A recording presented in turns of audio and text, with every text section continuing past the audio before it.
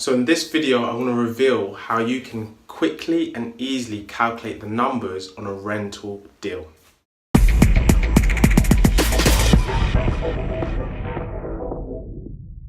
Being able to calculate the numbers on a rental property is one of the most fundamental skills you need as a property investor. So in this video, I'm going to walk you through the principles needed when calculating a property deal. But also, right at the end, I want to give you away a bonus where you can get the spreadsheet that we use in our business to be able to calculate the rental numbers within 1 minute or less. Hi, my name is Dwayne from Property Result Investments, and hopefully you enjoy the video I've put together. It's really quick and short, right to the point, but a selfless ask. We're trying to get to 1,000 subscribers by the end of the year. So if you like this video, please give it a thumbs up, plus join our YouTube channel where you can find out more useful content like this. So we'll get right into it. There's 3 buckets you need to consider when calculating a rental. And that's 1, income, 2, expenses, and number 3, your net. So we'll start off with income, which is really based around 2 buckets.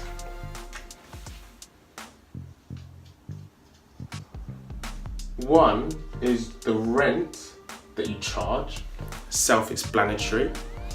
And then the second one is where you may get some supplementary income. And I'll categorize that as others, which are, for example, you may provide a service which allows the drying of clothes to be charged, or for you to charge for using a washing machine or any other amenity that you may use to get an additional income from that property. And then the second group for when you calculate your rent is, or your rental numbers, is expenses. And I'll start with the top group of expenses you need to consider, which is what's your mortgage monthly expense.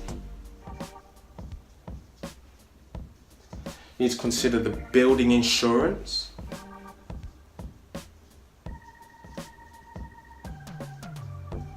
You also need to consider void. So throughout the year, you may not have the property let. It may be a few weeks where it's empty as you transition from one tenant to another. That's something you need to consider.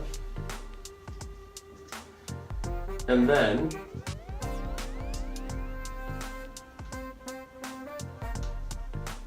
which is maintenance. So throughout the year you may find a leaking tap, or you may need to replace a door or something along those lines. So you need to consider maintenance. And then if you're providing a HMO, there's a few more additional expenses you may need to consider if you're providing a paid for expenses, i.e. if you're paying for the bills of the tenant. So in that you'll need to consider a cleaner, your TV. You may also put in internet. And if it's a professional HMO, you'll also have council tax that could be charged. Just going over it quickly, income, expenses, and then your net, which is very simple to consider, which is just what's your income minus your expenses. And that will lead us on to one bonus step that I'll wait for the end to explain. So with your income or your rent, that's quite a simple task to do. Check out a website like Rightmove, and what you want to do here is get the highest rent, the lowest, and then take the midpoint between that. So what does that represent? Typically a property with the highest rent would be the one done to the highest spec. And then the one with the lowest would just be a property that could be the bare standard or need a bit of maintenance or lick of paint. So you want to take the midpoint between those two. Now in our area of the Northeast, a typical property rents between 400 to 500 for a 2 to 3 bedroom. So I'll do 450 here. And typically for the properties we have, we don't charge for any supplementary amenities like dryers or washing machines. So we'll put 0 there. And then for a mortgage, typically because these properties are value or purchased between 60 to 50,000, the mortgage expense is typically £90, and that's using a 2 to 3% interest.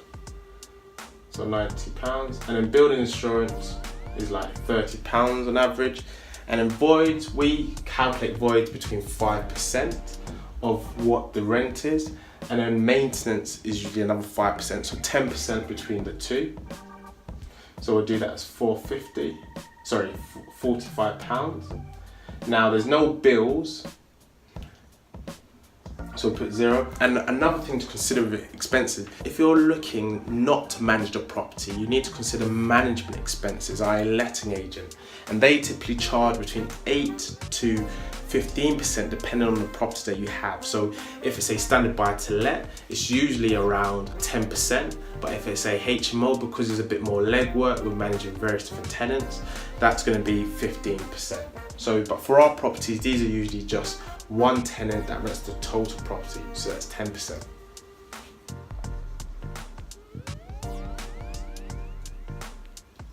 So that's £45. So if I calculate that together in terms of expenses, that is 45, so £90, 30, 120, and then 90, 210.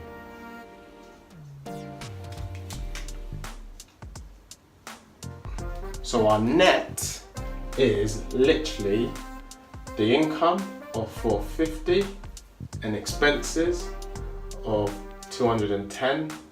So the average rent that we get for our properties, as you can now calculate, is around £240 per month.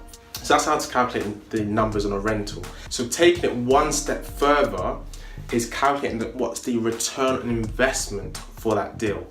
And that's principally what you want to be knowing before you buy the property.